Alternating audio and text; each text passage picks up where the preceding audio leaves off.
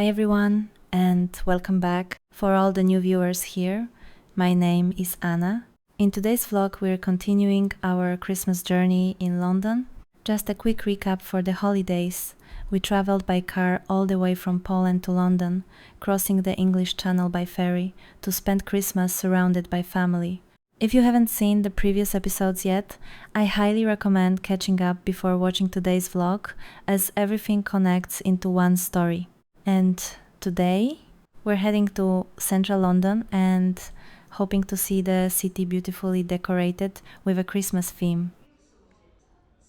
Whenever we get the chance, we try to soak in the magic of central London. We don't visit very often, so it's still a big attraction for us every single time. Let me know in the comments if any of you live in London permanently. How do you feel about all the tourist spots and attractions? Do you still enjoy them, or does the amount of tourists get overwhelming and make you avoid those parts of the city altogether? In the previous shot you could see Simon's dad today. He'll be our guide, as he's been living in England for a few years now. We are also joined by Matilda, who was born and raised in London, and of course the three of us. It will take us about a 30-minute train ride to the city center. Oh, and just to clarify, Matilda is the one in the pink jacket, in case you're still getting to know our family members. In today's episode, I'll also try to make even better use of the VR technology and include more shots with the original ambient sound. That way, you can really immerse yourself in the sounds of the city and everything around us, almost as if you were right there with us.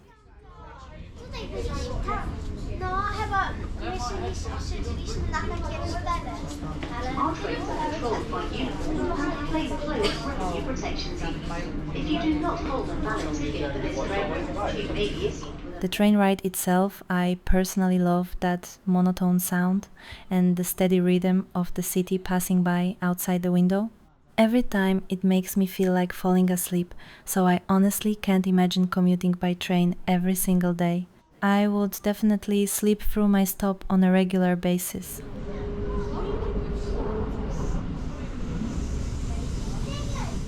Outside the window, the buildings are getting taller, and you can clearly hear the sound of the brakes and feel the changes in direction.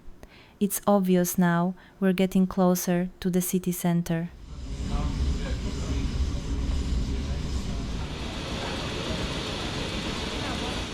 We've arrived at our final stop, Waterloo station. From here on, we're continuing on foot. I have a feeling we'll easily hit 20,000 steps today.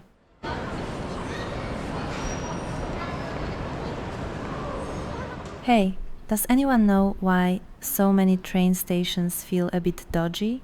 Honestly, I'd be scared to live nearby and walk home alone at night. Okay, no criticism here, it's a big city, and every big city has its hidden corners and secrets. Today I'm just a tourist, taking in the full atmosphere of London, including its darker, more industrial and underground side.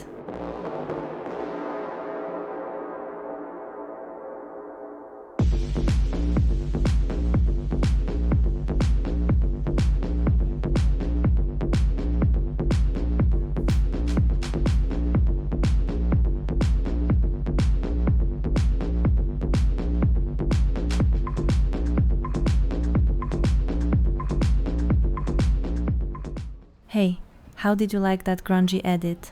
Do you think it captured the underground vibe around the station? Don't forget to leave a like and subscribe. You know, I keep my promise and deliver real VR content made especially for your headset. In the distance you can already see the London Eye, a clear sign that we're getting close to the River Thames and some of London's real gems. On the horizon you can see Hungerford Bridge and the Golden Jubilee Bridges, and in the distance the PwC building at London Embankment. Just to the left, across the Thames, the iconic silhouette of Westminster rises, home to the historic Houses of Parliament, Big Ben and Westminster Abbey, landmarks that have shaped London's history for centuries and remain central to British political and cultural life.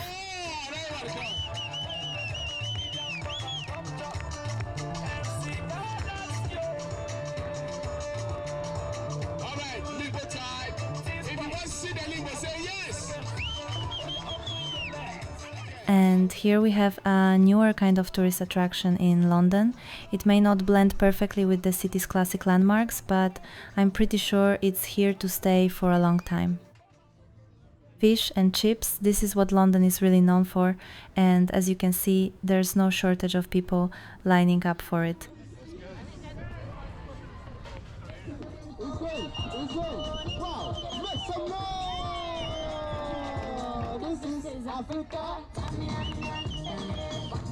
We'd like to know this is a finale. Thank you so much for your time.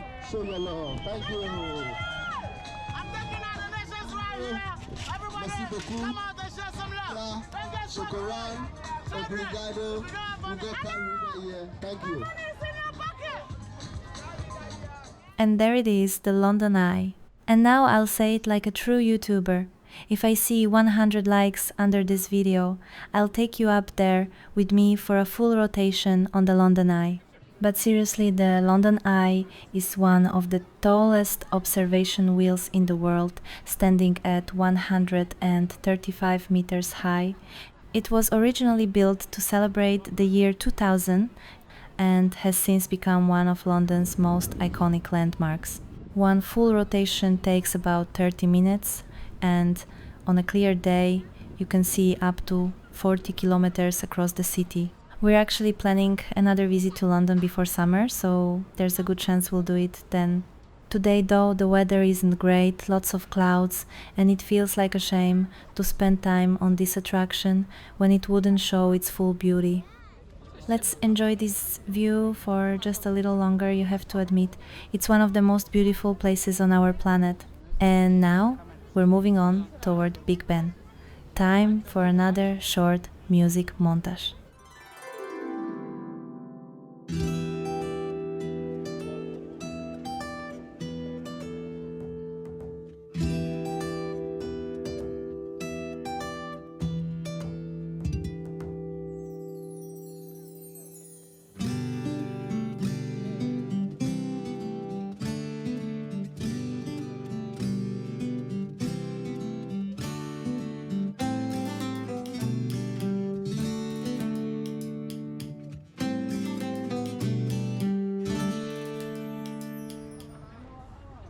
For all the ambient sound lovers out there, let's spend a little more time on Westminster Bridge.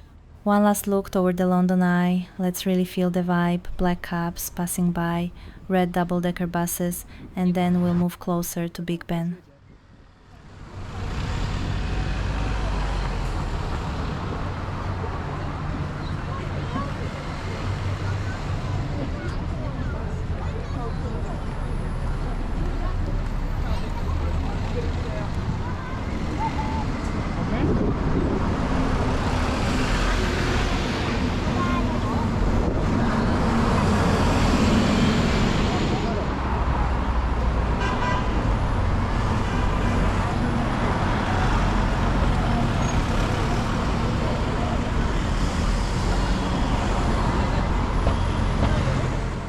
We've arrived at Downing Street. This is one of the most famous streets in the world and the official residence of the British Prime Minister. Number 10, Downing Street has been at the heart of UK politics for over 300 years and is where many key decisions shaping the country and sometimes the world have been made. The street itself is closed to the public for security reasons, but standing here still feels like being right next to the center of British political life. What isn't closed here is the entrance to Horse Guards Parade, right next to the Royal Horse Guards. This historic square is used for major royal events and military ceremonies, including parades and official celebrations like Trooping the Colour. We'll stop here for a moment to take some photos, just like millions of tourists do every year when visiting this iconic part of London.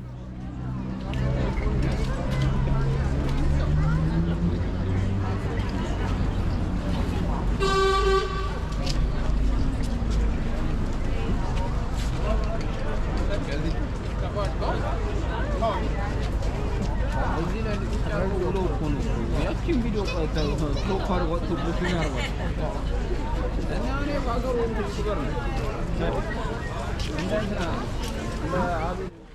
are now entering the Horse Guards Road and the Treasury area right in the heart of Whitehall. On our way, we pass the famous changing of the guard at the Royal Horse Guards, a classic London moment you can't miss.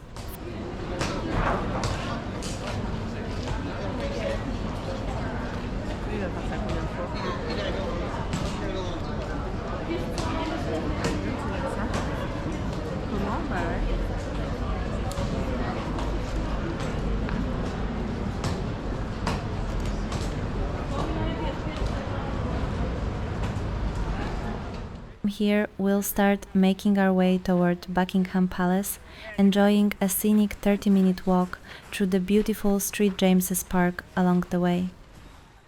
In the distance we can already see Buckingham Palace. You might notice the Union flag flying at half-mast in the UK. This is a sign of national mourning or respect, not an indicator of whether the monarch is in residence.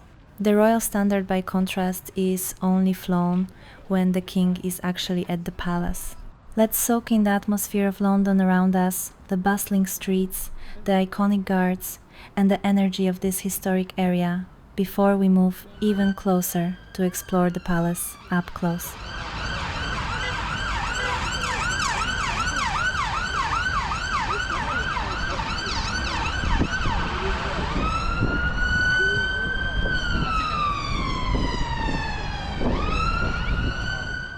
We're now standing by Canada Gate, one of the formal entrances to Buckingham Palace and St. James's Park. It was gifted by Canada in 1907 to commemorate Queen Victoria's Diamond Jubilee and symbolizes the long-standing connection between the UK and Canada.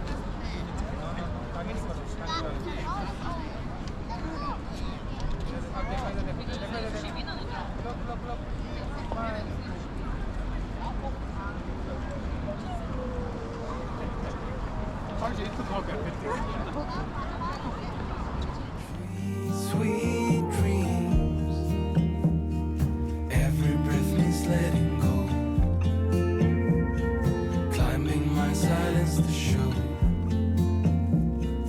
Peaceful rest is not a test. Sweet, sweet dreams, deep sleep, big heat, cover me, re-energize me. While I fantasize, deep sleep, big heat, cover me. Turn out the light. The next morning when I wake, I feel like Sleeping Beauty, and the world is at my feet. Bring the heat, deep sleep, big heat, cover me, re-energize me. While I fantasize, deep sleep, big heat, cover me.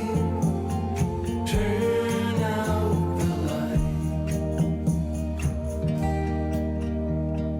Maybe you can lay here beside me. We've made our way back to the Mayfair district. Since we are ordinary mortals, can only afford a bit of window shopping here. But we still love being in this area.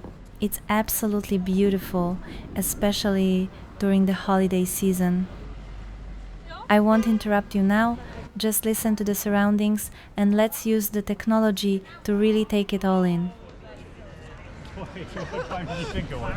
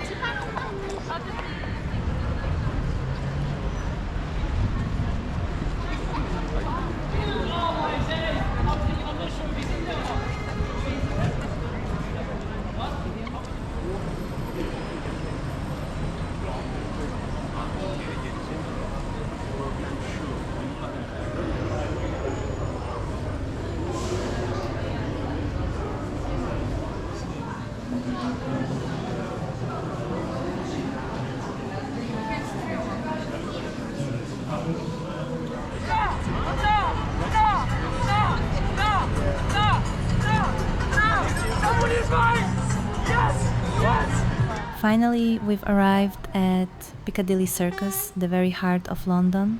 This iconic spot is known for its glowing billboards, constant movement, and electric atmosphere, a place where the city never seems to slow down.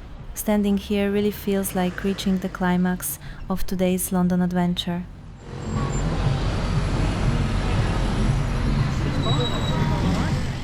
I'm not entirely sure what this guy is trying to achieve, but he definitely has my attention.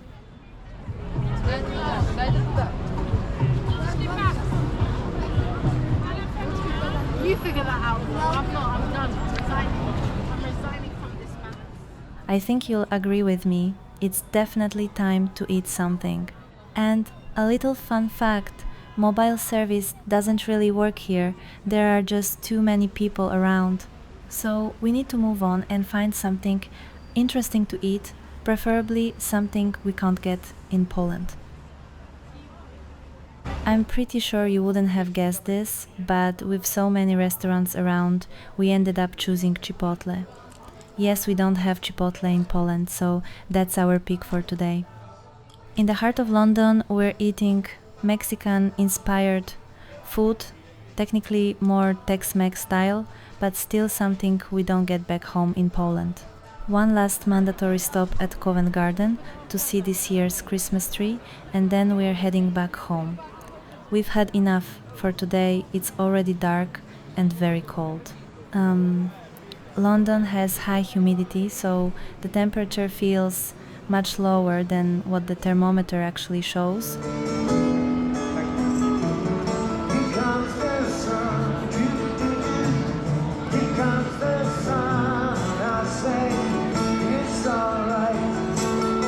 Covent Garden, as always, doesn't disappoint when it comes to street performers.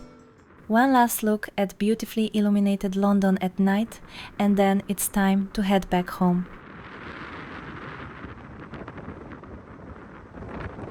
I completely dozed off on the train, and this definitely isn't a one-time thing. You know what I mean, right? Thankfully, I had company with me, and I'll get to spend tonight in my own bed. And I think I finally figured out who my daughter takes after.